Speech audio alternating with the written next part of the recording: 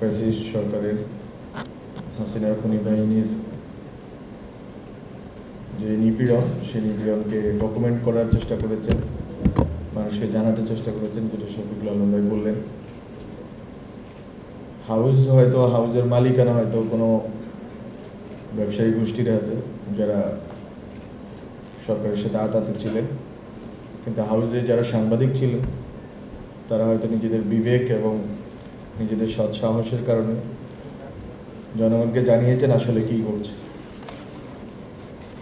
এবং কারফিউর সময়ে যে সাংবাদিকতা, বিশেষ করে টেলিভিশন সাংবাদিকতা, আপনারা জানেন খুবই একপাক্ষিক, এবং মনে হচ্ছিল যেন একটা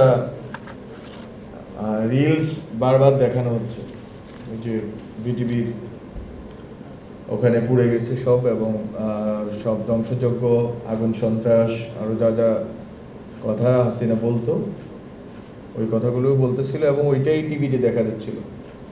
কিছু পত্রিকা খুব ভালো ভূমিকা রাখছে, প্রতিদিনই সাহসের সাথে বলার চেষ্টা করছে যে কী করছে। এটা হচ্ছে কারফিউর দিনগুলোতে, যখন ইন্টারনেট ছিল না, তখনকার দিনগুলোতে। এরপরে তো আমরা যখন ইন্টারনেট ফেরত আসলো, তখন আবার এই যে যারা মাঠে কাজ করছেন, এই যে মোবাইল জার্নালিস্টদের নাম অনেকে বলে নাই। ফটো জার্নালিস্টরা তো একটা সম্মানজনক পেশা, এবং তারা তো একটা বাংলাদেশে ফটো জার্নালিস্টদের একটা দীর্ঘ ঐতিহ্য আছে। ওই হিসাবে যদিও তাদের ওই সংস্থান নাই, কিন্তু তারপরও একটা সম্মান আছে সোসাইটিতে। কিন্তু এবারের আন্দোলনে একটা গুরুত্বপূর্ণ ভূমিকা রাখছে মোজো, যাদেরকে বলে মোবাইল জার্নালিস্ট যাদেরকে বলে, বা যারা হাতে একটা মোবাইল আছে, জাস্ট তারা হয়তো আন্দোলনের সাথেও ছিলেন জার্নালিস্ট হিসেবে, যে ভূমিকা রেকর্ড করা, কোনো ভিডিও করা। এবং আমরা যে ভিডিওগুলো পাই, অনেক মানুষ যারা আন্দোলন করছেন তারা তো এটা নিচ্ছেন ভিডিও, সাথে সাথে মোবাইল জার্নালিজম যারা করছেন তারাও এটা চেষ্টা করছেন। ফটো জার্নালিস্টরা তো আমাদের যে সবচেয়ে আইকনিক ছবিগুলো, বা যে ছবিগুলো, যেটা বললেন একজন ফটো জার্নালিস্ট, যেই ছবিগুলো আসলে দেখলেই একটা অনেকগুলো গল্প ভেসে ওঠে, অনেক স্মৃতি এবং অনেক বেদনা ভেসে ওঠে, সেই ছবিগুলো কিন্তু তারা তুলছেন মাঠে থেকে। তো আমি সবাইকে ধন্যবাদ জানাইতে চাই, যারা বেঁচে আছেন তাদের জন্য। গণতান্ত্রিক যে লড়াই শুরু হয়েছে, আমি মনে করি জুলাই গণঅভ্যুত্থান এটা মাত্র শুরু, একটা নতুন বাংলাদেশের শুরু। এই কিন্তু নতুন বাংলাদেশ 1 বছরেই বা 2 বছর, কয়েক বছরে সম্ভব না, বরং এটা যদি অব্যাহত লড়াই থাকে তাহলে সম্ভব। এখন অনেকে বলতে পারবেন যে আপনারা অজুহাত দিচ্ছেন, আপনারা নিজেদের দায় জনগণের উপর বা অন্যদের উপর দিতে চাচ্ছেন। এটা বলা যায়, এটা ইমোশন এবং এটা আপনাদের আকাঙ্ক্ষার দিক থেকে সত্য, কিন্তু আসলে যে কোনো রাষ্ট্রেরই এই গণতান্ত্রিক রূপান্তর একটা দীর্ঘ সময়ের লড়াই, এবং সমাজে এই যে একটা কনসেনসাস গ্রো করছে গণতান্ত্রিকভাবে, এবং মানুষের লড়াইয়ের, অধিকারের লড়াইয়ের জন্য, মানুষের জীবন, জীবিকা এবং মর্যাদার লড়াইয়ের জন্য, সেটা যদি ঐক্যবদ্ধভাবে, সংগঠিতভাবে যদি চলমান থাকে, তাহলে বাংলাদেশে একটা পরিবর্তন আসবে। পরিবর্তন সম্ভব। পরিবর্তনকে সম্ভব করার দায়িত্ব হচ্ছে যে নিরন্তর প্রচেষ্টা। দুনিয়াতে কোনো রাষ্ট্রই আসলে 10 বছর, 20 বছর, 50 বছরে পরিবর্তিত হয়নি। বাংলাদেশ খুবই একটা, কি বলা যায়, 54 বছরের রাষ্ট্র, যদি পাকিস্তান ধরি, যেটা আমাদের আসলে নিপীড়ক রাষ্ট্র ছিল, কিন্তু সেটা ধরলেও মাত্র 17 বছরের রাষ্ট্র। তো আমরা আসলে আমাদের প্রতিষ্ঠানগুলো দাঁড় করাইতে পারিনি। প্রতিষ্ঠানগুলোর মধ্যে মিডিয়া অন্যতম, যেখানে আমাদের পার্শ্ববর্তী দেশে তারা হয়তো প্রতিষ্ঠানগুলো গ্রো করাইতে পারছে, বিকজ অফ দ্য এটা হচ্ছে তাদের পূর্বেকার 100 বছরে কলোনাইজার যারা ছিল তাদের সাথে তাদের সম্পর্কের কারণে। কিন্তু এছাড়া অনেকগুলো রাষ্ট্রই কিন্তু এই প্রতিষ্ঠানগুলো দাঁড়া করতে ব্যর্থ হচ্ছে, বিশেষ করে থার্ড ওয়ার্ল্ডের, যেটা আমরা গ্লোবাল সাউথ বলি এখন। তো বাংলাদেশের মূল লড়াইটা আমরা যেটা বলি, এবং যেটা গত 3রা আগস্ট শহীদ মিনার থেকে বলা হয়েছে, আমাদের ঐক্যবদ্ধ কণ্ঠ, সেটা হচ্ছে যেটা বলা ছিল যে ফেসিবাদী ব্যবস্থার বিলোপ এবং নতুন রাজনৈতিক বন্দোবস্ত। এই ফেসিবাদী ব্যবস্থার অংশ হিসেবে আমরা বলি যে এটা হচ্ছে ক্ষমতার যে কেন্দ্র, আমরা বলি আমাদের রাষ্ট্রের ফোর্থ পিলার অথবা গণতন্ত্রের একটা স্তম্ভ হচ্ছে যে সংবাদ মাধ্যম, এবং এটা দিয়ে আমরা হচ্ছে যে জনগণের কাছে পৌঁছাই, জনগণের গণতান্ত্রিক অধিকারের পক্ষে বলি, লড়াই করি। কিন্তু বাংলাদেশে না, শুধু দুনিয়ার সব জায়গাতেই সংবাদ মাধ্যম অলিগার্কদের যখন দখলে চলে যায়, যখন আসলে পুঁজি যাদের কাছে আছে, যারা রাজনীতি করে, যারা প্রশাসন চালায়, তারা যখন সংবাদ মাধ্যমকে ডিকটেট করে, তখন আসলে সংবাদ মাধ্যমের স্বাধীনতাও থাকে না এবং সংবাদ মাধ্যমের নৈতিকতা এবং দায়িত্বশীলতাও থাকে না। তো যেটা এতক্ষণে আলোচনা হয়েছে সেটাতে স্পষ্ট যে আসলে এবারে যে সংবাদ কর্মীদের এবং সাংবাদিকদের, সেটা ফটো জার্নালিস্ট বলে অনলাইনে যারা কাজ করেছেন, মোবাইল জার্নালিজম করছেন, একবারে যেটা প্রথাগত যে সাংবাদিকতা করছেন, সবাই মিলে যেটা করছেন, এটা আসলে যতটা না হাউসের সিদ্ধান্ত ছিল, কয়েকটা হাউস খুব ভালো ভূমিকা রাখছে, এটা আপনারা সবাই জানেন। যমুনা রাখছে, চ্যানেল 24 একটা সময় রাখছে, 3টা টেলিভিশন চ্যানেলকে কিছু সময়ের জন্য সম্প্রচার বন্ধ করা হয়েছিল।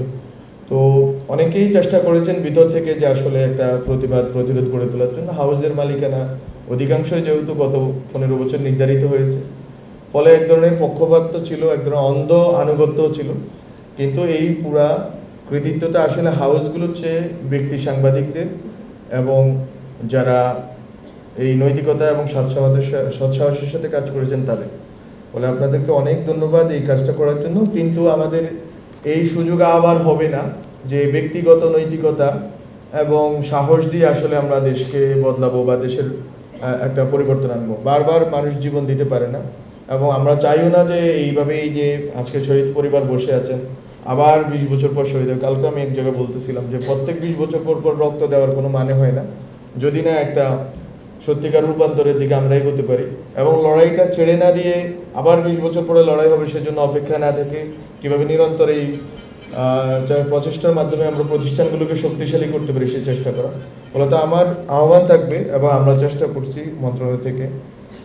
শহীদ প্রিয় মা উনি আমাদেরকে প্রশ্ন করেছেন আমরা কি কাজ করছি, তো এটার জবাব আসলে এখানে ওইভাবে স্পষ্ট করে বলার কিছু নেই। কিন্তু আমরা যে যা যা কাজ করছি এগুলো মিডিয়াতে আছে, হয়তো ওইভাবে অত বেশি করে আসে না, সেটা আলাদা বিষয়। কিন্তু আমরা সংস্কার কমিশনের 12টি সংস্কার প্রস্তাবনা আমরা কাজ করছি, আগস্ট মাসের মধ্যেই সংস্কারগুলো সাধিত হবে। এর বাইরে সাংবাদিকদের সুরক্ষার আইন, যেটা আমরা অনেকবার বলছি, অনেক প্রোগ্রাম বলছি, আপনারা বলতে পারেন এখনও করতে পারেন, কিন্তু একটা আইন করার জন্য একটা প্রক্রিয়া যে অনুসরণ করতে হয়, লেজিসলেটিভে পাঠাতে হয়, তারপর সেখান থেকে ক্যাবিনেটে যেতে হয়, এবং ওইখানে আসলে সাংবাদিকতার পরিধি নিয়ে একটা তর্ক আছে। সব মিলিয়ে আমরা মনে করি যে স্টেক হোল্ডারদের সাথে পরামর্শ করে এটা সম্ভব হবে। একটা খুবই গুরুত্বপূর্ণ দাবি আছে সাংবাদিকদের দিক থেকে, সেটা হচ্ছে নবম ওয়েজ বোর্ড বাস্তবায়ন করা। আমরা চেষ্টা করছি, এটা হচ্ছে ইন্টারমিনিস্ট্রিয়াল, শ্রম মন্ত্রণালয় যেহেতু এটা ডিল করে, ফলে আমরা চেষ্টা করছি যে শ্রম মন্ত্রণালয়ের সাথে কথা বলে, বা আরও কয়েকটা মিনিস্ট্রি জড়িত, তাদের সাথে কথা বলে আমরা এটা 9th ওয়েজ বোর্ড বাস্তবায়নের কাজটা আমাদের সময়ে শেষ করে দিয়ে যাওয়া। এটা গত 6 বছর ধরে ঝুলে আছে, তো এটা আমরা চেষ্টা করছি। এর বাইরে সাংবাদিকদের প্রশিক্ষণ থেকে শুরু করে আমরা অলরেডি শুরু করেছে পিআইবি। আমরা চেষ্টা করছি আহত যারা সাংবাদিক ছিলেন, এবং এর মধ্যে যারা আগেই সাংবাদিক ছিলেন তাদের তো একটা বিষয় আছে, তাদেরকে একটা প্রশিক্ষণ অলরেডি শেষ হয়েছে। কিন্তু যারা আহত হয়েছেন কিন্তু সাংবাদিকতায় আগ্রহ আছে, তাদেরকে সাংবাদিকতা প্রশিক্ষণের আমরা চেষ্টা করছি। তো যে কথা বলা হলো যে আহত বা সাংবাদিকদের একটা যদি সংগঠন হয়, সেটা সংগঠন আপনাদের সিদ্ধান্ত।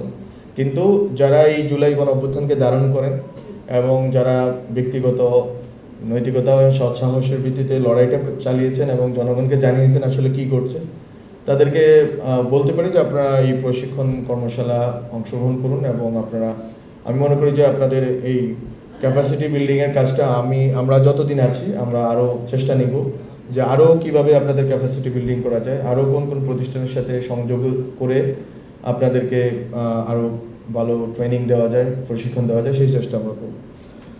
আর আরেকটা বিষয় আমি বলি, সেটা হচ্ছে যে সাংবাদিকদের যে বিষয়টা বাংলাদেশে এখন হয়েছে, যেটা কালকে বললো একটা পত্রিকায় সাংবাদিকদেরকে বের করে দেওয়ার বিষয় এবং পরবর্তীতে রাত্রে গিয়ে সাংবাদিকদের, আমরা মনে করি যে এটা সাংবাদিকদের এই যে চাকরিচ্যুত করার বিষয়টা, এইটা আসলে কিভাবে সমাধান করা যায়, এটার জন্য আমরা চিন্তা করছি যে কোনো সময় হুট করে সাংবাদিকদের চাকরিচ্যুত করে দেওয়া, এবং এটার কোনো আসলে সেফটি বা ফ্রেমওয়ার্ক কিন্তু নাই বাংলাদেশে। যখন ইচ্ছা আপনি একজন সাংবাদিকের আপনি আপনার হাউসে আনতে পারেন, যখন ইচ্ছা তাকে বের করে দিতে পারেন, এবং তার আসলে কোনো রকম নিরাপত্তা নেই। এবং আমরা একটা কথা বলি আমাদের অভিজ্ঞতা থেকে, গত 1 বছরের নাহিদ ছিল, এরপর আমি যখন দায়িত্বে আসছি, সেটা হচ্ছে যে সাংবাদিকদের যদি একটা সম্মানজনক জীবন দেওয়া যায়, তাহলে সাংবাদিকরা দালালি ছেড়ে দেওয়াটার জন্য তাদের কাছে একটা অপশন থাকে। কিন্তু যদি আপনি অপশনে না দেন, তাহলে আসলে দালালি শব্দটা খারাপ শোনায়, মানে এক ধরনের কোনো একটা পক্ষ অবলম্বন করা, এটা আসলে তার জন্য খুবই স্বাভাবিক। কারণ একটা বাংলাদেশের মানুষের যে লাইফ স্ট্যান্ডার্ড, ওই অনুযায়ী সাংবাদিকদের বেতনের কোনো উঠানামা নাই, ওই স্থির বসে আছে এক জায়গায়। এবং বড় বড় হাউসগুলো নেওয়া হয় বেসিক্যালি রাজনৈতিক উদ্দেশ্য চরিতার্থ করার জন্য। এবং গত 16 বছরে অনেক হাউস নেওয়া হয়েছে, অনেক অনলাইন পত্রিকা নেওয়া হয়েছে, যার সাংবাদিক পরিচয় কার্ড একটা ধরিয়ে দিচ্ছে, এবং ওইটা নিয়ে হয়তো অনেকে অনেক কাজ করছে, অনৈতিক কাজ করছে। কিন্তু অনেকে আসলে সাংবাদিকতাটাই করতে চায় এবং ওই সম্মানটাই পেতে চায়, যেটা আসলে আমাদের ভেটেরান যারা জার্নালিস্ট ছিলেন গত 30-50 বছরে, তারা যেটা পান, এখনও অনেক ভেটেরান জার্নালিস্ট আছেন বাংলাদেশে। তো এই যে সম্মানের জায়গাটা, এই যে একটা ডেডিকেশনের জায়গাটা, এবং এই আপনার এই যে নিজেকে একটা পরিশীলিত জায়গায় নেওয়ার যে আকাঙ্ক্ষাটা, এটা যারা করেন তাদের জন্য আসলে সুযোগ অবারিত করার আমরা চেষ্টা করছি। সেই সুযোগের জন্য আমরা চেষ্টা করছি যেটা যে আমাদের পত্রিকা এবং টেলিভিশন থেকে শুরু করে অনলাইন সবগুলো মাধ্যমেই আসলে সাংবাদিকদের সুরক্ষা আইনটা আমরা মনে করি যে এটা একটা বড় রক্ষা কবচ হবে তাদের জন্য। সেকেন্ড রক্ষা কবচ হবে 9th ওয়েজ বোর্ড, এটা। থার্ড একটা রক্ষা কবচের আমরা চেষ্টা করছি যে অনলাইন মানে যদি আমরা এটা আলোচনা করছি, যদি সাংবাদিকদেরকে বেতন না দেওয়া হয় এবং সাংবাদিকদের যদি সংক্ষুব্ধ থাকেন, এটা যেমন মনে হয় যে আমি অনেক সাংবাদিককে চিনি যারা ক্যাম্পাসে আমাদের সাথে দায়িত্ব পালন করে, আমাদের সাথে রাজনীতিতে বা অনেক কিছুতে ছিলেন। তো তারা যেটা করেছেন যে তারা দেখা যাচ্ছে যে 4 মাস 6 মাস, এবং এক পলাতক সাংবাদিক আছে, তার হাউসে প্রায় 6 মাস 7 মাস বেতন দেওয়া হতো না, এবং এরা আপনার মোটামুটি নাম বুঝবেন কার নাম বলতেছে। তো এরকম ছিল আর কি আসলে। তো সাংবাদিকদের যে বেতন দেওয়া হয় না, এবং এই সময়টা আসলে এইটার নিয়ে আসলে কি ব্যবস্থা নেওয়া যায়, এই জায়গাগুলোতে আমরা কাজ করব। আর আরেকটা বিষয় যেটা হয়েছে যে আসলে বাংলাদেশের সাংবাদিকতা বা মিডিয়া সিনকে আপনি যদি গণতান্ত্রিক করতে চান, তাহলে আসলে এখানে আপনাকে অলিগার্কদের হাত থেকে সাংবাদিকতাকে বের করতে হবে। তো একটা প্রস্তাবনা আমাদের সংস্কার কমিশন করেছে যে সাংবাদিকদেরকে মালিকানার ভাগ দেওয়া, বা এক ধরনের যে সাংবাদিক একটা হাউসের মালিকানা দেখা যাচ্ছে একটা কোম্পানির কাছে বা একটা গ্রুপ অফ কোম্পানিজের কাছে, কিন্তু যদি ওখানে সাংবাদিকদের মালিকানা দেওয়া হয়, তাহলে যেটা হয় যে এক ধরনের ভারসাম্য তৈরি হয়, এক ধরনের নিরপেক্ষতা তৈরি হয়, এবং এক ধরনের সাংবাদিকরা একটা এম্পাওয়ার্ড ফিল করে। তো ওটাও আমরা পর্যালোচনা করছি, এটাকে আসলে মালিকানার, এটাও বিভিন্ন দেশে এই পদ্ধতি আছে, এই মালিকানা অংশ বা যারা কর্মরত সাংবাদিক আছে তাদের জন্য কোনোভাবে মালিকানা বা অন্য কোনো সুবিধা রাখা যায়। তো এই চেষ্টাগুলো আমাদের দিক থেকে আছে। আর টিভি এবং অনলাইন এই জিনিসগুলোতে কি প্রচার করা হয় না করা হয়, এবং কিভাবে এইগুলোর জন্য একটা ফ্রেমওয়ার্ক করা যায়, সেজন্য আমরা সম্প্রচার নীতিমালার কথা ভাবছি। অনলাইন এবং ওটিটির ক্ষেত্রেও একটি নীতিমালা প্রণয়নের আমাদের উদ্যোগ আছে, এটা আইসিটি ডিভিশনের সাথে কথা বলে আমরা তৈরি করছি, পোস্ট অ্যান্ড টেলিকমিউনিকেশন মিনিস্ট্রি এবং আইসিটি ডিভিশন। তো আমরা চেষ্টা করছি আমাদের দিক থেকে আগামী কয়েক মাসে আমরা এই জিনিসগুলো যেগুলো বললাম এগুলো আমরা বাস্তবায়ন করে যেতে পারবো আশা করি। এবং আমি এখানে বলতে চাই যে এখানে বাংলাদেশে সাংবাদিকতার জায়গাটা অনেক বেশি রাজনীতি এবং ব্যবসায়িক স্বার্থ দ্বারা পুষ্ট। আমি আশা প্রকাশ করব যে আপনারা মানুষকে সঠিক তথ্য প্রবাহ নিশ্চিত করার জন্য সাংবাদিকতা করবেন।